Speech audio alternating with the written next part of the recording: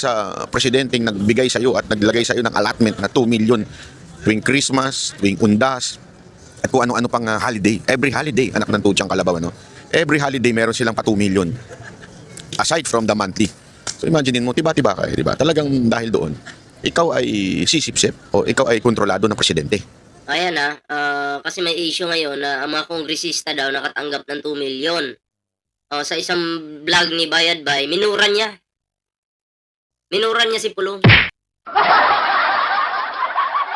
Ano ba si Pulong? Congressman, di ba? Minura niya po si Pulong. Si mga D-Day senators, minura niya po. Tapos pahayahay daw sila kasi pabakasyon-bakasyon lang. May 2 million pa daw. Diba? May 2 million pa daw, pabakasyon-bakasyon lang. Utang ina mo daw, sabi ni Bayad Bay. Diba? So, ano reaction nyo doon? Si Pulong kaya, pag narinig yun, matutuwa kaya sa'yo, Bayad Bay? Amo mo yun, amo mo yun, tapos, ganyan ka? Huwag naman. Lang po. At sa tingin ko, ganun din naman ang nangyari siguro dito kay sa Venezuelan president. So imaginein mo, if you are ruling for 13 years, ibig sabihin nun, you have much power during the elections. And syempre, sa atin din ng sumisip-sip sa yung mga opisyal ng gobyerno, opisyal ng kasundaluhan, opisyal ng kapulisan. Abay, 13 years ka na mamayagpag. Kaya ka na natili dyan dahil sa tindi ng kapangyarihan mo. Pero in a split of a second, mantakin mo, siya ay inaresto ng presidente ng ibang bansa. Kaya nga ang tanong ngayon dyan, pwede kaya ito si BBM arestuhin din ni Trump? Yan yung tanong niya. Isisingit si Pangulong Bongbong Marcos sa issue ng ibang bansa. Tanga-tanga talaga no? Anong connect? Pwede kaya? Yun yung tanong niya. Malamang sa malamang, hindi. Alam niyo bakit? Bumisita pa nga yung Pangulo. Nagkita pa nga sila ni Donald Trump. Diba? Dapat dun palang inaresto na. Patanong-tanong ka pa, kupal talaga no? Ay, nako. Yan ang ating pag-uusapan. Ha? Ano ba kasi ang dahilan, Banat Bay, na inaresto ni Trump itong presidente ng Venezuela? Ang isa sa binigay na dahilan ng Americans para sinasabi nila kung bakit sila nangialam ay dahil sa, ito daw po ay dahil sa droga. Dahil sa droga. Diba? So, kung ikukumpara ko yung presidente ng Venezuela versus Digonio, magkapareho lang. Magkapareho lang, diba? Kaya, mukhang, kung kapag pinagtabi mo si Digong at yung presidente ng Venezuela, masasabi mo talaga deserve, diba? Ngayon, si PBBM may issue po ba sa droga? Wala. Pero ini-issuehan ng mga kutong lupa na to. Diba? Ini-issuehan nila. Sinisira po nila yung presidente. Pero, teka lang, kung totoo po talaga na si PBBM ganon, gumagamit at yun nga, puro droga yung pang-atake nyo kay PBBM, number 1 pong kikilos dyan, Amerika. Talagang huhulihin po nila si PBBM. Kung totoo. Kaso hindi Diba? Hindi naman po tanga yung Amerika para maniwala sa mga basuran tulad nyo. Sila ay mayroong sariling investigasyon but legit. Diba? Ganun po yun.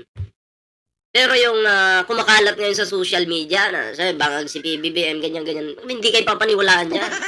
Malabo. Diba? Malabo. Gusto mo, Bayad Bay, magsama na kayo ni Luke Espiritu. Magsama na kayo. Pareho naman kayong bangag, bobo. Diba?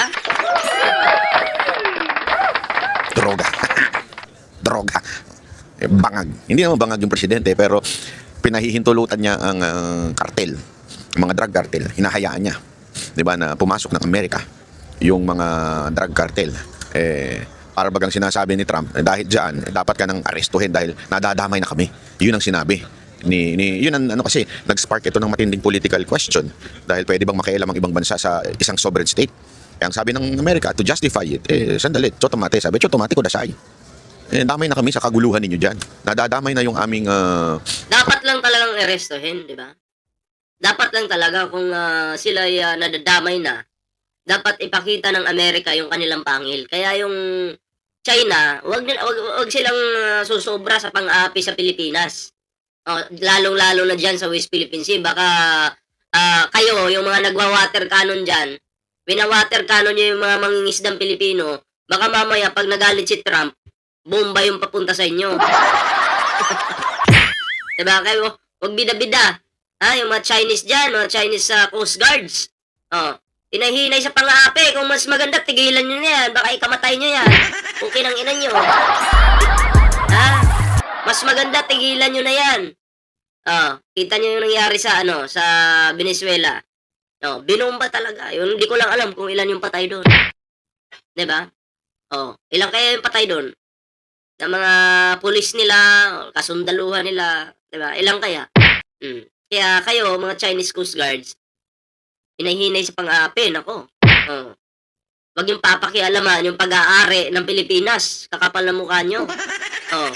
Bagay, ito si Bayad Bay, wala na tayong dito kasi binenta niya na po yung Pilipinas eh. Pati pagkatao niya, binenta na niya. Diba? Kaya nga nagpakaaso na yan sa China, sa mga Duterte. Asong ulol na to. Diba? Kaya na tahol ng tahol dito sa social media. Nakakahiya, parang tanga lang, di ba? Kaya nga nakakapag-travel yan, di ba? Lahat ng gusto ni Bayad Bay, ayan yung gawin. Bakit? Binenta niya yung kanyang, hindi po sinanla ha. Binenta talaga yung kanyang pagkatae sa mga chikwak at sa kanyang among si Dutae. At syempre, sa isang kulto na si Kibulo. Diba? Tama naman. ang importation ninyo ng droga sa aming bansa. Di ba? Kaya pumasok na si Trump sa eksena. Sabi niya, hindi pwede. Stop, sabi niya. Stop.